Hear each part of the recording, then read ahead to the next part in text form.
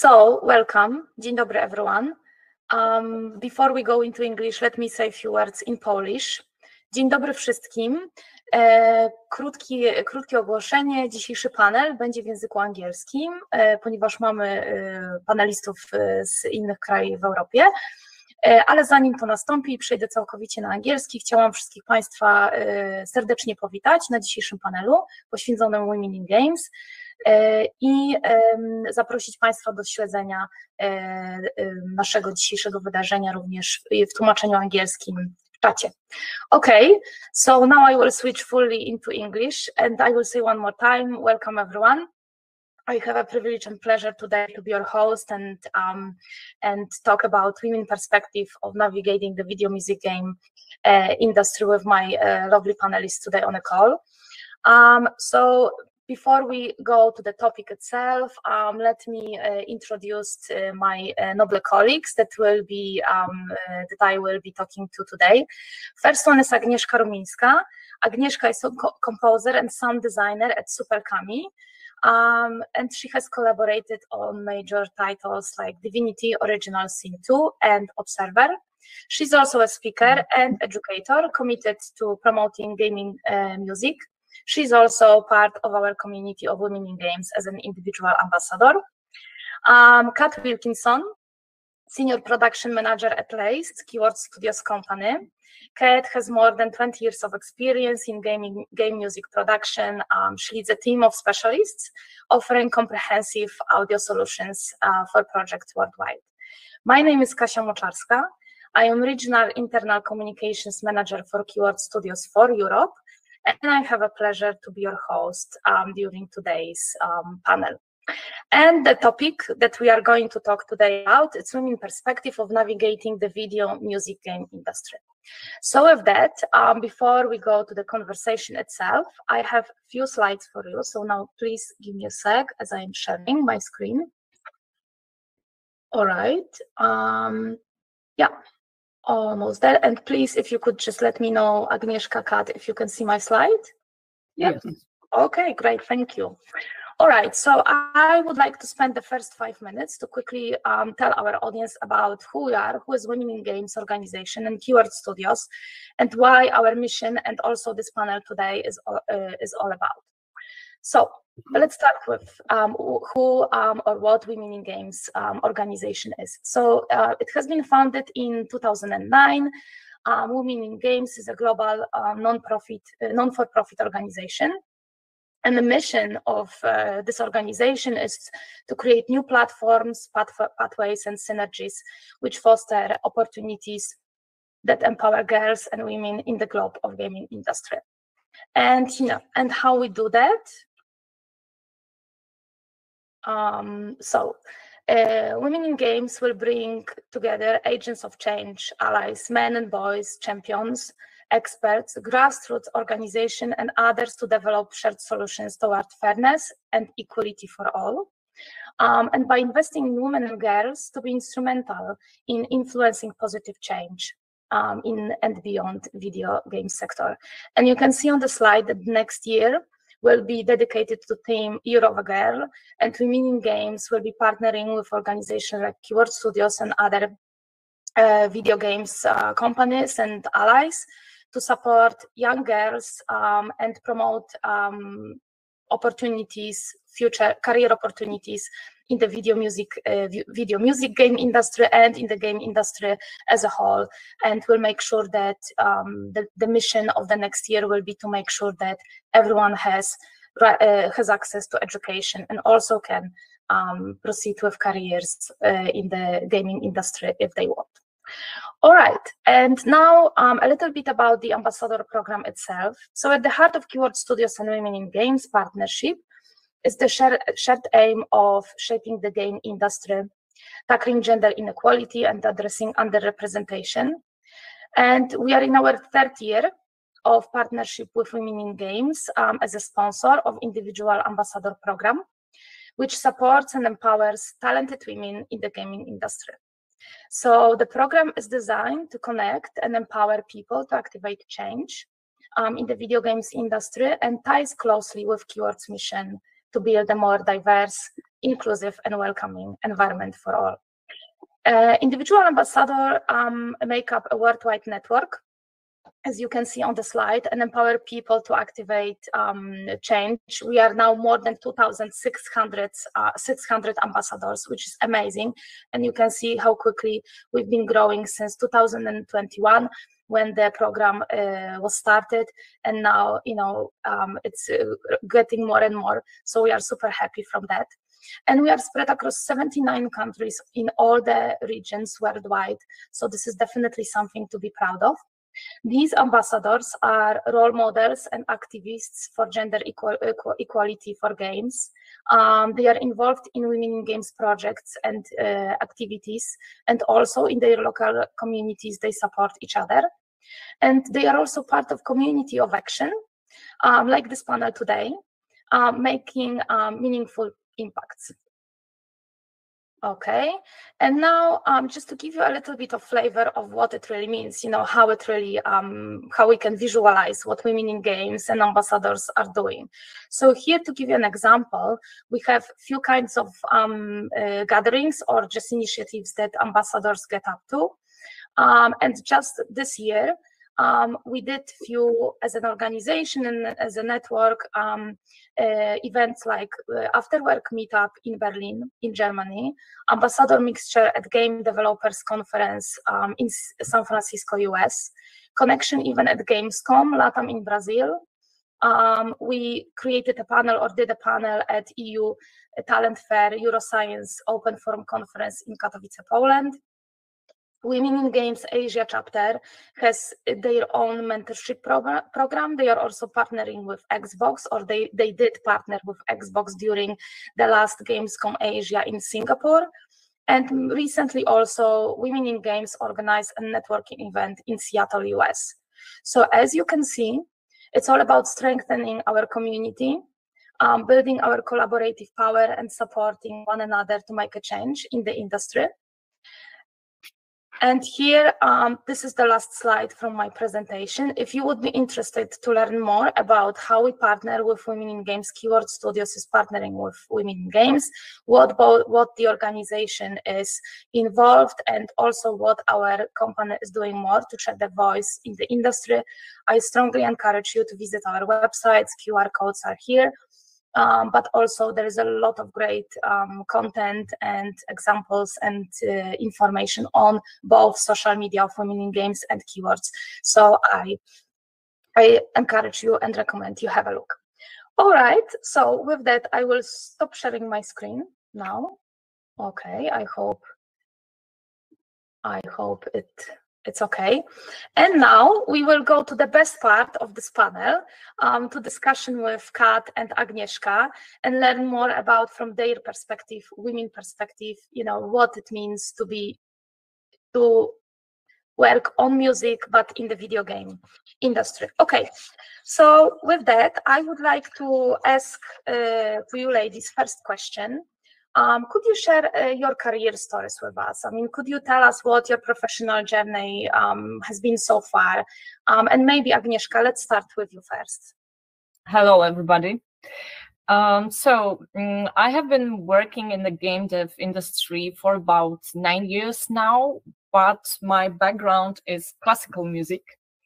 And how did it happen? I started my journey as a 6-year-old child in the music school, and I went through every step of the national education system in Poland. And eventually I graduated from composition and music theory and also opera vocal studies at the Music Academy in Katowice. After that, I worked as a choir artist in Krakow Filharmonii. And after years of singing in various vocal ensembles, I decided to look for some other opportunities. But the problem was I was 29 back then.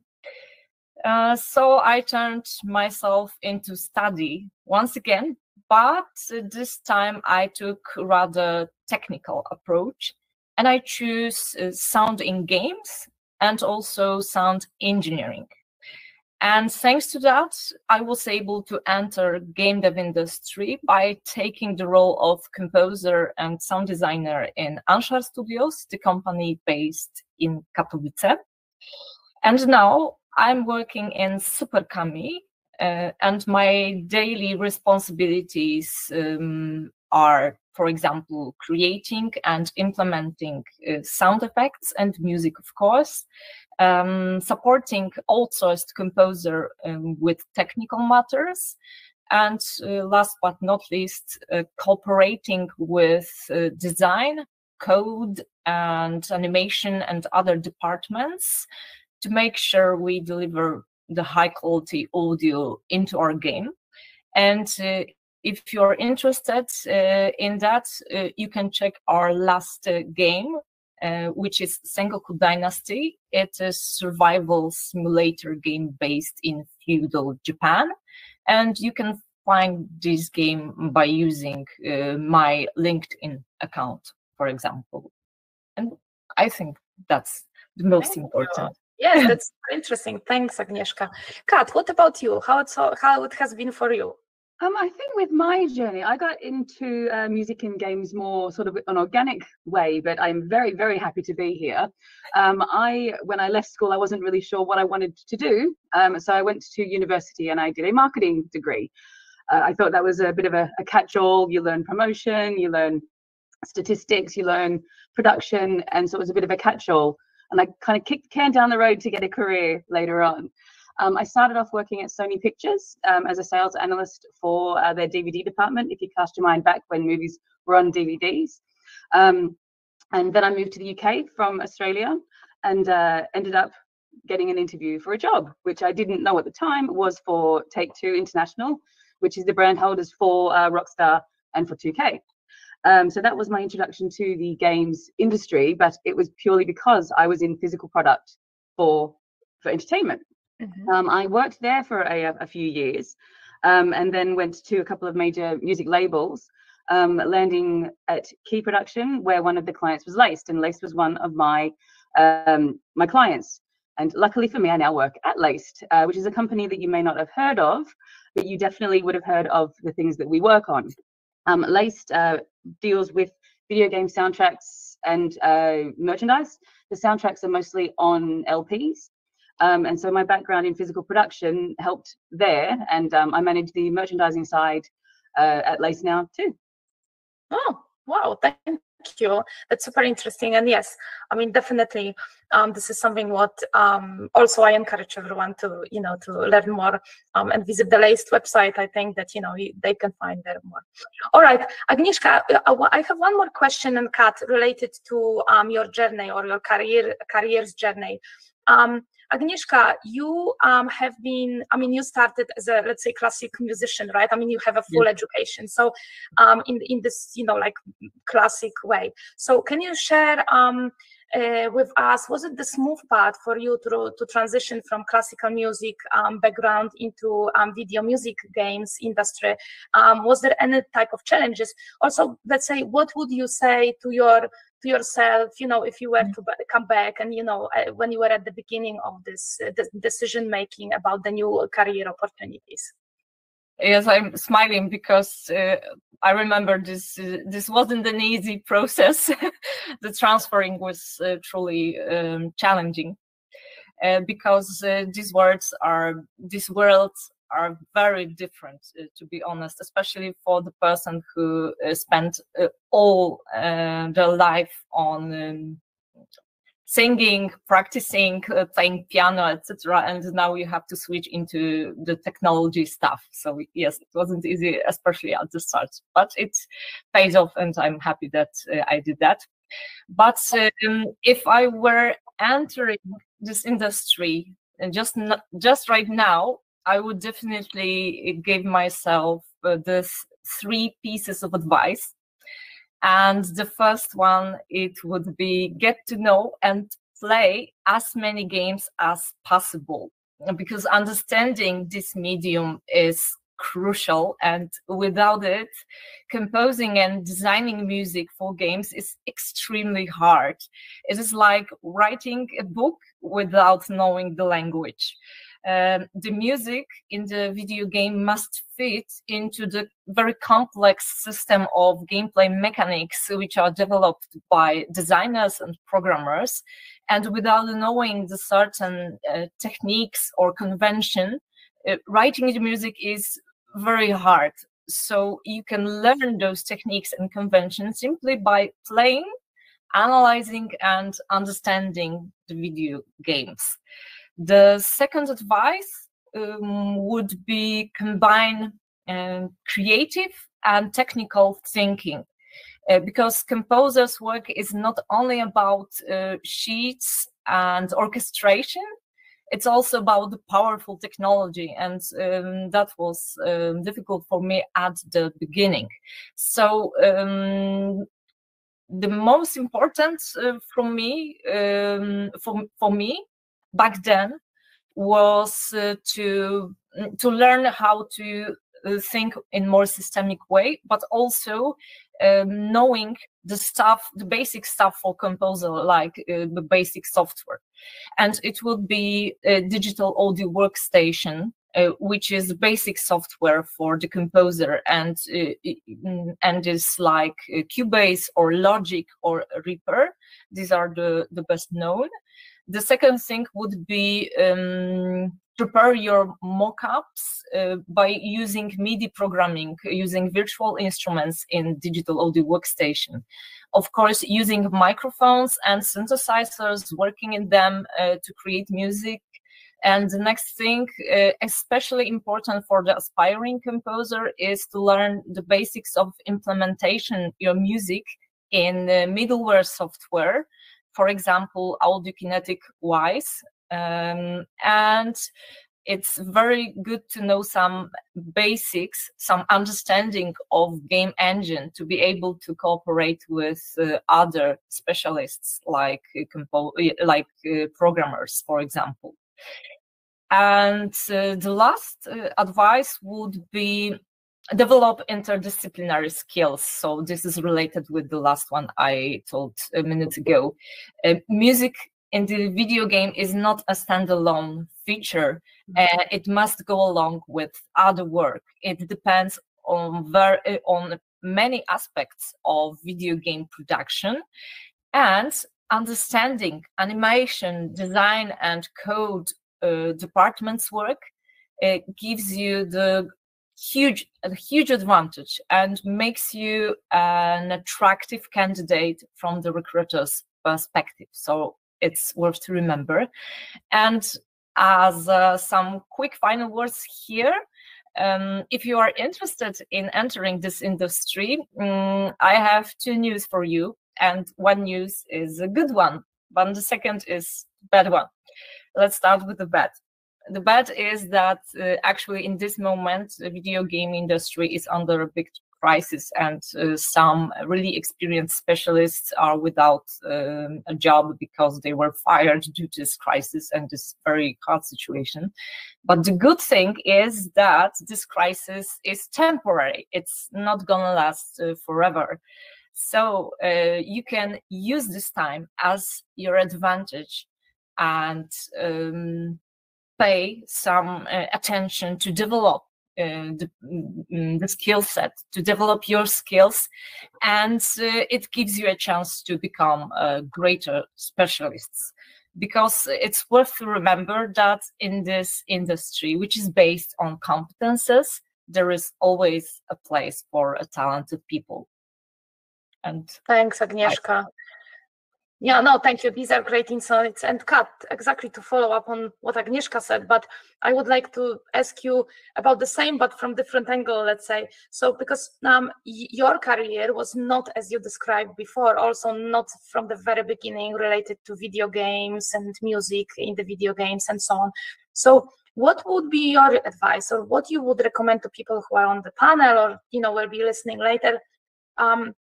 What opportunities are out there for potential candidates or people who are considering their careers in this industry, and how to match these passions, right? Because one is musician, but on the other hand, as even Agnieszka said, you know, if you are a gamer, it helps a little bit. But I am thinking I am not a gamer, but still, you know, I have a lot of, you know, interest and passion for this industry. So probably there are ways, you know, you can find your own space when you think about career in this industry. Yes. Absolutely, absolutely. It was I, by my own admission, am not a gamer either. My great love of Grand Theft Auto is driving around listening to the radio. So that was that's my sort of gaming introduction. But I definitely want to build on what Agnieszka said. It's just keep up your skill set, look for different things. And one thing with the pandemic, with what I do, it was a boom for the time for what I do, because people were staying home, they were buying music products because they had the time to listen to them, and they also musicians had time to make music. So then forward on, even now, people are saying, I made this during COVID, and they want to get it out in a physical way. So definitely keep up your skill set, because you don't know what's going to happen. And as well, not everything game-wise is going to be digital. Not everything game-wise is going to be, you have to be a programmer. For example, we make physical product for video game music. We still make cassettes, which I'm sure a lot of people on this panel... We do. Yeah. Oh, wow. I'm sure people on this panel have no idea what a cassette is. It very much is a outdated form of a music delivery system, but it's a cool thing to have. So with music in video games, it isn't necessarily about playing it. It's about having something nice. So once again, you could be a designer. Well, a lot of the lay stuff is very heavily focused in the design and the look of it and whatnot. So if you're a designer and you want to become part of the games industry, that's something there. If you're good with sound engineering and whatnot, become a mastering engineer. So it very much isn't, you have to be a programmer, you have to understand all of that to be part of this industry. It's simply not true. Oh, thank you. It's so inspirational. Thank you. Definitely, I hope that, you know, it will help our audience who are listening to make a decision if they are still wondering if this is the right way. Okay, now let's shift gears a little bit, and, you know, because it's about music a lot, so let's focus on let's dive into perspectives of role of a music in a video game itself, right? So in your view, how does music shapes the player's experience? And Kat, I would like to start with you, if that's okay. You worked on soundtrack for Halo and contributed to the music for Cult of the Lamb. So can you share more with us, you know, more details about it, you know, and what experience, you know, how it's linked with the overall impression? Yeah, I think the Cult of the Lamb, we recently released a title called The Themes of the Unholy, which is about the Cult of the Lamb game, which is one of the soundtracks that we do. The basic premise of Cult of the Lamb is that you're a lamb and you build a cult. That's it. But for the release of Themes of the Unholy, we had some massive metal bands that have collaborated to make songs, specifically original songs about Cult of the Lamb. And I have worked on some major releases. Like I've worked on Rihanna albums, I've worked on Rolling Stones albums, and it pretty much is get it made, get it out, #1, great. When we did Cult of the Lamb, we watched the launch of the initial single on YouTube, and it was amazing. It was just the fans just loved it. So it started up and everyone's like, this is amazing, like I can't believe this, and people were crying about it and whatnot. And it's just people's level of engagement and love for this game, and the music behind the game was just so inspirational. But as well, we had interviews with the people that did the songs. So it was guys from Killswitch Engage, While She Sleeps, like massive bands, and they were saying how much they enjoyed gaming. And it was just a really cool thing to see that these people that you admire for what they do kind of digging what you do too. Amazing. What about Halo? I mean, was it another thing that, I mean, this is very popular video game, right? Yeah. With Halo, that was a little bit different because it was just the music from the game, but this was the first time that it had been available in this format. So to give you a long story short, my company had been working on doing this deal for over 7 years. So it had come together, and it was a long project, but it was absolutely worth it, because the day that it was released, once again, people just lost their minds, because it's just something that they couldn't have otherwise. And yeah, but like I said, Lace you may not have heard of, but you absolutely would have heard of what we do. And Halo was amazing, and it's going to look amazing when it comes out. Oh, nice. Thank you so much. Agnieszka, now, to look from different perspective on what we've, on this music team and experience for gamers. I mean, let's from this functional side, because tell me, I want to ask you about design of sounds, or those smaller bits of music in the video game. So what is your experience, or what you would like to share with us from the perspective of this really technical or functional element of music in the video game itself, right? You are a sound, you are a composer and sound designer, so you will have to be focused on those little details that make a difference, right? Yes, because the soundtrack is this final product that we can cherish after playing the game, just to remember those beautiful moments from the game. And this is like the cherry pick of everything. So this is generating so much hype and so many emotions. But alongside the soundtrack, there is the game experience itself, the player's experience. And maybe I will focus on that because this is my field of expertise, basically, of course. So about the function and music and sound effects in video games, what is it? The easiest answer would be that music and sound effects should establish the mood. But it's just a side effect, to be honest. The primary function of music and sound design is to inform the player about what just have happened or what is about to happen in a minute, what is going to happen in a minute. So, for example, let's take some examples of real games. I'm in a dungeon. Or I'm in a cave and the music is gloomy, it is eerie, so it tells me that probably I'm not safe, probably some things, some danger can attack me, probably there is a danger somewhere here, so I need to be cautious. So this is an information for the player, not just establishing the mood, but also the information that I am not safe. And the other example, music can tell me where the enemy is. Is he close or far? And let's take the example from our game, Sengoku Dynasty, directly. So we did it like this. When we see the enemy, but the enemy can't see us, the tension music is playing. So this is slow music, but it's definitely not calm. This is like a suspense. Something is off. We can feel it, and it gives us a hint that we can stay and observe because the enemy can't see us.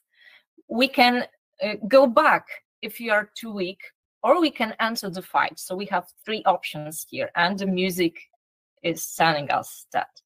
But if the enemy see us, the music immediately changed in more dynamic one in the close combat cue. So this means that the combat is going to happen just right now, and we must prepare as quickly as possible. So that was this example about informative function of the music. And the second function of music, and also sound design, of course, is directing the player's emotions. And for RPG role-playing games, it's probably obvious for everybody, because in narrative-driven games in general, the music evokes certain feelings because it should go alongside the text layer. But I would like to focus on some other examples, and let's approach it from a different perspective. For example, let's take some exploration game, open world type. And for example, the players find the temple or some sacred place, shrine, or something like this. This unlocks some perks, or the player can gain some special powers for some short time. In this moment, sound effects is playing, specially made for that occasion. And this sound effects is very rewarding. And the effect is that the dopamine is bumped in that moment. So we as developers are rewarding the player for exploring the map. This is the crucial thing, because this game, exploration game, was made to encourage the players to explore this game. So this way we can encourage the player to do that. And this player can be encouraged to look for some other shrines and some other temples, secret places, so she or he keeps playing the game in search of dopamine boosts. And one final example here is that about also from sound effects field. For example, the player is trying to attack his friend in co-op session or something like that, and then the failure sound effects is playing. So this way we develop unpleasant feelings to prevent players from harming their allies. So that was another example. We can stop here because I can say many other examples, but you can see that the music depends on many aspects of the game and has very practical, almost pragmatical purpose. And it's very important to music and sound effects go alongside these design mechanics that are present in the game. Oh, wow. Just from someone from another perspective, it's just so interesting to hear about music being used as like a character, which I love. It's just so impressive what you do. Yeah. Thank you very much. Hey, we are almost on time. We still have some time before our panel is finished. So let me check if there are any questions from our audience. And actually, yes, there is one, and I will translate. And Agnieszka, Kat, feel free to jump in. Do you think that, let me just read it in Polish first. Have you seen recently increase of female talents or women talents in the gaming industry? So do you see that we go in the right direction, that this industry is getting bigger and have better space also for women talents and, let's say, breaking the glass ceilings? How it resonates with you? Yeah, Kat, let's start with you. Definitely. I think absolutely. My company, it's a small company, but for the full-time employees, women make up just under half of the full-time employees. So yeah, I can see, even with music, even with anything, it's just women have a place at the table, and I think we fought for it, so we should sit. So. All right, and Agnieszka? Yes, definitely. The change is huge. I remember when I was starting my job, I was one of very few women in this industry. To be honest, I'm not sure, but probably this 9 or 10 years ago, I was the only female composer in Poland, I guess, in the industry. There was some girls focused on sound design, I guess, but about sensu stricto video games industry, I was, of course, junior composer, aspiring one, but I'm not aware of other women composer at that time, and it escalated quickly. To be honest, we have a lot of wonderful girls in Poland now who are creating music for video games. Agnieszka Wlazły, who recently made with Sebastian Syczyński beautiful soundtrack for the Taumaturge by Fool's Theory, or Zofia Domaracka, who is very active in this field as well. And I can go next with other names, but it's not about that. It's about showing that this industry is very welcoming and very inclusive, and the girls in many other specialists, not only music, sound effects, but graphic, visual arts, or programming. This industry is very welcoming for women. So if you are hesitating because this is so man job, no, it's not a job for men. The women are great in that industry as well. Yeah, thank you. And just to echo both of you, I'm here in Keyword Studios 2 years, and I have learned so much about video game industry since then. But exactly, yes, I mean, this is also what I've been impressed by, that there is so many women talents in the industry itself. And when you think, from the testing perspective or project managing big video productions, or, on the client side and, on the production side, there is a lot of female talents. And definitely there is a space, if you think about career in this direction, and you have the skills and you have the passion, definitely this is the direction to go to, because this is still a big industry that will be growing, and definitely there will be a lot of opportunities. There is already a lot of opportunities. And to link with our team that we have today, Women in Games, and just our perspective, also through the Women in Games organization, I am myself an ambassador.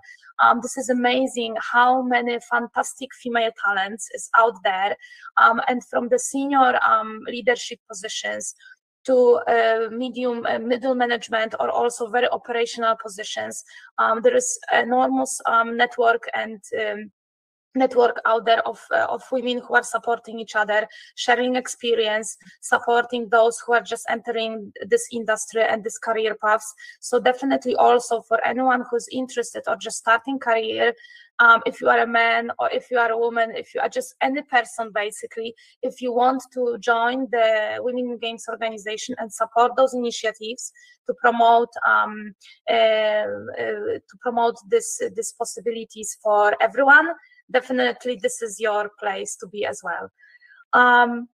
All right, I cannot see any more questions or comments coming in, and I think we are all on time right now. So yes, before we go, Kat, Agnieszka, do you have final thought, anything you want to share with our audience? I would say one last thing. What is the most beautiful things for me about this industry, that it is based on competences. And thanks to that, if you are interested in entering that industry, you must remember that the endurance and the hard work are the key to success here. So that is my final reflection, that the competences are the gold here. So it's all about you, not the magical. Yeah. No, I think with mine, it's something we talked about on the lead up to this panel. Like there's jobs that exist today that didn't exist 5 years ago, and there'll be jobs in 5 years that don't exist today. So work to your strengths. Every opportunity you've got, go for it. And the best way to shut someone up saying that you can't do something is to prove them wrong. Yes. Great. Yeah, totally agree. So hey, with that, I would like to thank everyone. And also just to mention, there was supposed to be with us one more panelist, Athena-Marii Enderstein, but Athena had last minute emergency and she couldn't be with us today. So Athena, we are sending you a lot of positive energy. Take care. But thank you, because she was preparing with us, and it was super helpful as well. So I hope that the next time we can host Athena too. So everyone, thank you again. Kat, Agnieszka, it was a pleasure to partner with you on this panel today. And have a great Sunday, fantastic afternoon. Thank you very much. Thank you, everyone. Thank you for joining us, and have a great day. Bye bye.